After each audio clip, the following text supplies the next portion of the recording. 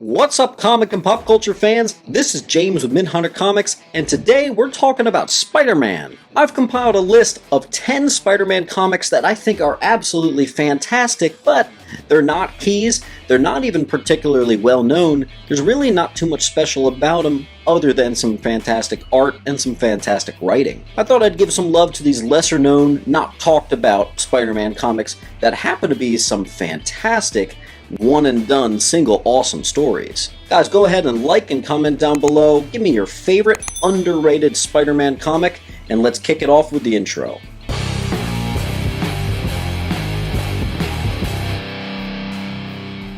So this list is in no particular order, but I thought I'd start you guys out with Spectacular Spider-Man, Volume 1, Issue number 40. Hey look, a lizard story. So we probably know what happens, right? Curt Connors transforms into the lizard, battles Spider-Man, is changed back into his human form by the end and reunites with his wife and son. Just like every other lizard story, right? Not this one. And before you mention the time Curt Connors eats his son in more recent years, yes, that is definitely both horrifying and excellent at the same time, but that story is quite infamous, where most people have never read this one. This is the first lizard story that went against the grain. Spidey exposed himself to the same toxins that created the lizard, creating a super lizard. It's terrifying because it mixes with the advanced Super Spider-Man DNA, and the mix results in an unintelligent, guttural animal version of Peter, with Connors as the sort of hero of the story, trying to stop this lizard. What's even more is this horror-esque angle works. It's scary seeing Peter like this, and one panel comes to mind in which we can see Peter's memories in the close-up of the eyes of the lizard, meaning his consciousness is within the super lizard and he's helpless to stop himself from destroying everything around him and harming people. Not your typical Spider-Man story. A body horror story in which our longtime hero gets a taste of the lizard's medicine is not one you want to miss. Up next, we have Friendly Neighborhood Spider-Man Volume 1, Annual 1. I love a good origin story, and if you watch this channel, you know I swear by annuals because they're often some of the best one-time, one-shot stories you can get. This one is the origin of Sandman, a gifted young artist with a drunken mother and a father that ran away when he was a kid. He was eager to make his mark on the world through his art. But whether it be the waves brushing against his designs or the bullies in his school, there were always higher powers that sought to destroy his mark, his art. His cynical mother explained that nothing lasts forever. William Baker, before his alias of Flint Marko, didn't give up, and after being beat down daily from his bullies, both physical and metaphorical, decides to stand up for himself. He learned how to fight and beats them, discovering the power that it gives him. He says he learned a lot about respect. Guys fear it, girls like it, and there's always someone who sees your power and wants to show you who's boss. With his mother's words telling him nothing lasts, he grew up strong and tough, trying to make something that lasted in this world. He gets in wrong with the mob and winds up in jail, only to find his father, who had no idea who he was. He loves spending time with his dad, but one day his father ups and leaves, leaving William/Flint alone. He breaks out and swims his way out, coming across the nuclear explosion that mixed him with the sand, giving us the Sandman we know today. The story ends with declaring he knows how to make his mark on the world, how he can make something that can finally last forever, the death of Spider-Man. Fantastic issue about trying to live up to a father figure one never knew, the discovery and lack of responsibility with power, aka the opposite of Peter, and a surprisingly sympathetic tale of a man that just wants to make a difference, even if it is in the wrong way. Another underrated one here, one of the early issues from Web of Spider-Man, we got issue number 6. During the underwhelming events of Secret Wars 2, the Beyonder, one of Marvel's most big powerful bads, transforms Power Man and Iron Fist's office building into pure gold, which can't sustain its weight and it crumbles, trapping many people. It's a silly setting that we're forced to suspend our disbelief for, but it culminates in some interesting morality play here. You see, Kingpin sees this gold building as an opportunity to have the government pay him a fee for his assistance. Spider-Man, meanwhile, is unaware, is doing everything he can to help those in need. The government arrives and declares the site complete government property. They even shoot at Spider-Man while he's trying to help people. He evades the government and helps where he can, but isn't able to save everyone, resulting in some deaths. During the whole issue, he's tempted to take something from the gold building for his troubles, despite knowing it's not his to take. He oversees an agent speaking with Fisk, and loses his mind. Angrily, he threatens and scolds the government and rushes back in and succumbs to his temptation in a moment of anger and takes the gold.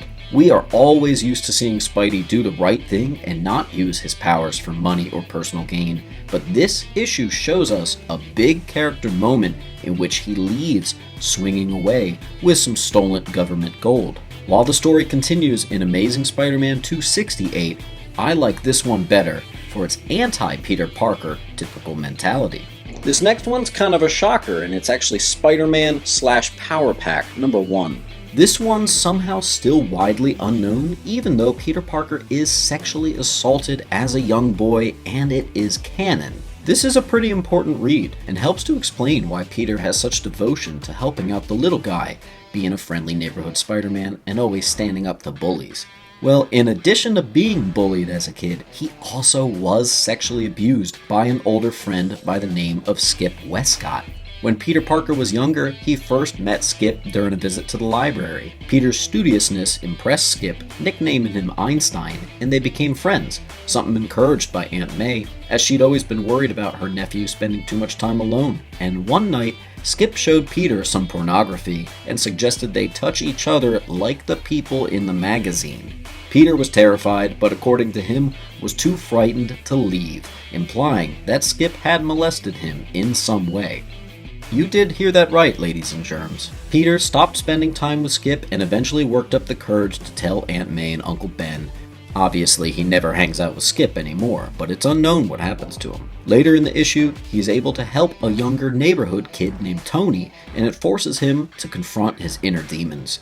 The story ends with him satisfied that he was able to help someone and feeling free now that he was able to let that moment go and let that moment not have any control over him anymore. Amazing Spider-Man Volume 4, Issue 18. Hey, remember when Doc Ock took over as the Superior Spider-Man?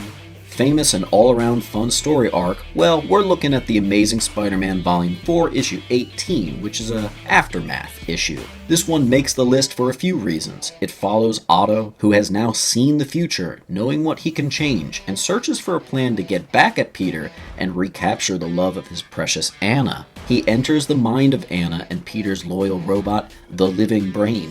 The story is told from the narrative of Doc Ock, which helps add a humorous, overly narcissistic, egotistical element to the story. He tries to manipulate everything around Peter and Anna by forcing Aiden to leave and devising plans to recapture Peter throughout. This self-congratulating narrative is throughout until we get to Anna's speech about how she could never truly love Doc Ock because he lied and manipulated. Doc Ock, who's taken over control of the robot, has an existential crisis and is unable to face the truth about who he is and what he's done, and he starts attacking Peter and blows up. This silly story that feels a bit out of time works because of its use of setting the stage with an insane mind, only to realize he's not the genius or a great man that he wants to be. A cool story of self-perception and understanding Doc Ock as a narcissistic character, as well as a classic Spider-Man issue infused with humor. Spider-Man's Tangled Web, issue number 4.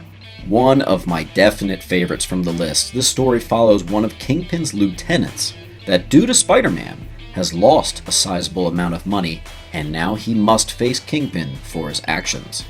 The whole issue, he knows Kingpin will have to kill him, yet he goes like a lamb to the slaughter anyway. He leaves his crying wife, knowing that he has to take responsibility with Kingpin. He leaves his sons, and he visits Wilson Fisk. The story plays out the way it always would, with him being slain by Wilson, but in a manner that's respectful, as he's given Fisk 20 years of his life. The story has a harsh tone that shows the other side of what happens when Spider-Man stops a crime. The Kingpin makes the underlings pay. It makes Spider-Man's actions seem slightly less heroic, but it's the mannerisms and stylization of the fear of what it's like to work for Kingpin that makes this book a classic in my eyes, and sadly, one that most people have never read or even heard of. One of the best Spidey single-issue stories hands down. The Kingpin has arguably never been more intimidating than in this story here, where he's treated more as a looming, impossible, ominous being.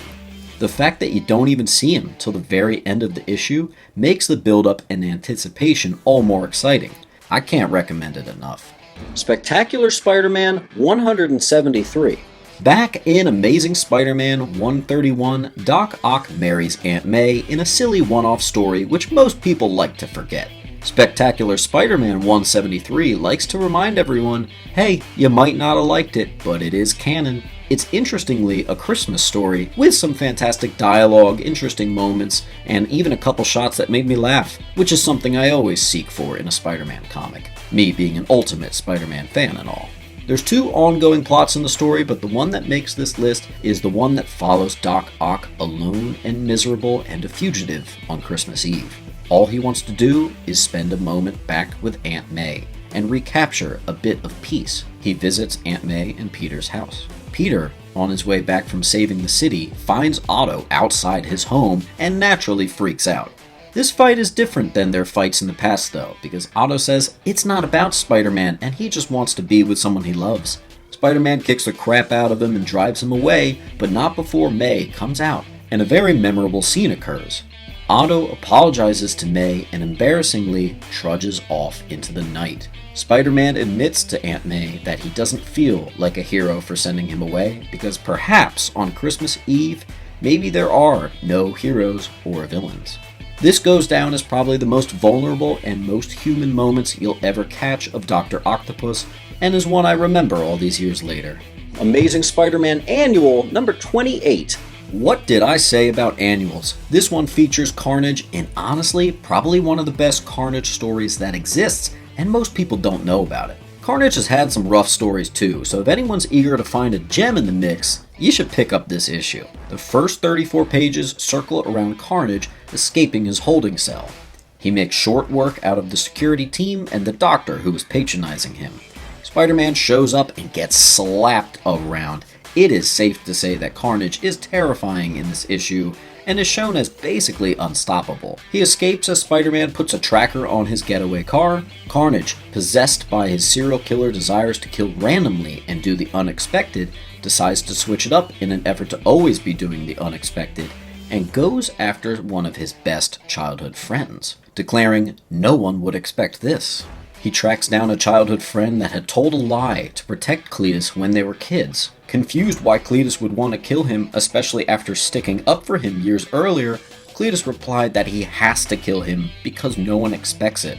Spider-Man shows up and they have an epic battle, and once again Spider-Man gets slapped around very hard. He's almost killed even, when Carnage's childhood friend asks Carnage to kill him, but not as Carnage, but as Cletus, saying that the true Cletus wouldn't have the stones to kill him man to man. Carnage sheds his suit, revealing Cletus, who accepts his challenge, and only then in Cletus's form does Spider-Man have a moment to get a cheap shot on him to knock him out cold. It was cool seeing Carnage so powerful that if he had stayed in his symbiote suit, he wouldn't have lost. That's pretty scary. This issue works because of the intriguing narrative from Cletus, driven by the desire to keep things random, which lends to one of Carnage's best issues of the character, showcasing his strength, creepiness, and devotion to his lunacy. One of my favorite Carnage issues, and maybe it'll be yours. Up next is a huge one, Sensational Spider-Man Annual number 1. And now for the one that I recently read that inspired me to make this video, and one of the strongest entries on this list, even if admittedly it is known by some people. Probably the most well-known entry on this list. Peter Parker has revealed to the world his identity, and the lives of Aunt May and his wife MJ are at stake. MJ, afraid to use her own name, is met going into a coffee shop by an old boyfriend back when she was modeling in LA. They seem to be catching up until it's revealed that the entire coffee house is S.H.I.E.L.D. agents, and so is this ex-boyfriend, blackmailing MJ, saying she needs to give Peter up or be arrested. The story cuts to a fugitive Peter speaking to a detective asking to turn himself in so he can give MJ some peace. The entire story brings up the question of why is it worth it to live in this crazy lifestyle tied to such a dangerous man. It's filled with flashbacks of the same scenes played from MJ's perspective and then Peter's. They even match the art to the old Romita style in each flashback, which is a much appreciated touch. These flashbacks just warm your heart to see these two in ways that are difficult to describe, and it's nice to see their thought processes back in these early days. By the end of the story, you're convinced that MJ will do anything for Peter, and vice versa. If anything, this issue perfectly captures the awkwardness of a young Peter versus the devotion of an aged adult Peter, and the aloofness of a young MJ and the hardened, loyal adult MJ. The story ends with Peter being made aware of MJ's location in the coffee shop, and he literally swoops in and steals her as she's being arrested for refusal to give him up. The story ends with them looking out at the city from atop the Empire State Building, and they feel as one unit. Best frickin' comic couple, I'm saying it, and you will too once you read this. And finally, Sensational Spider-Man Volume 2, Issue 34. Speaking of relationships, let's not forget about Black Cat. At its core, Spider-Man comics were always intended to be relatable and intertwined with love triangles, etc. into the stories, and the relationship with Felicia, the Black Cat, is a funny one for sure. But this issue is more of her looking back in regret, and is one of the best depictions of the character and their relationship that exist. This starts with Felicia attempting to check in on Peter, who has received a brutal beating at the Rhino's hands after his unmasking during the events of Civil War. Aunt May does not make her feel welcome, but that does not stop her, and she turns tail, pun intended, and seeks revenge against the Rhino. On her revenge quest, we're greeted with tons of flashbacks of how she perceived the relationship with Peter. It's sort of sweet, but it ends where we're reminded of the breakup and the shame she felt knowing that Peter was right. You see, he told her that she was nothing without her costume, and that she needed to figure out who Felicia was outside of the Black Cat.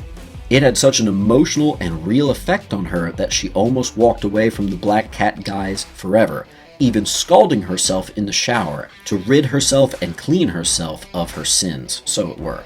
The whole issue seems to be about her trying to live up to Peter's high expectations of her, and wanting to prove to him that she's more than, how she puts it, an irrational, sex-driven psycho ex-girlfriend. She goes back to MJ to tell what happened, and it's a bittersweet moment of her facing the woman that won his heart versus her who had lost it. She doesn't stick around for Peter to wake up, but in her head she thanks him for so many years ago, forcing her to discover herself outside of her outfit. Guys, I want you to list down below 0 through 10. How many on this list did you honestly already know and read? I want to know down below, what are your favorite underrated Spider-Man comics? What are some stories that really should be more known than they are? And as always, guys, keep on hunting.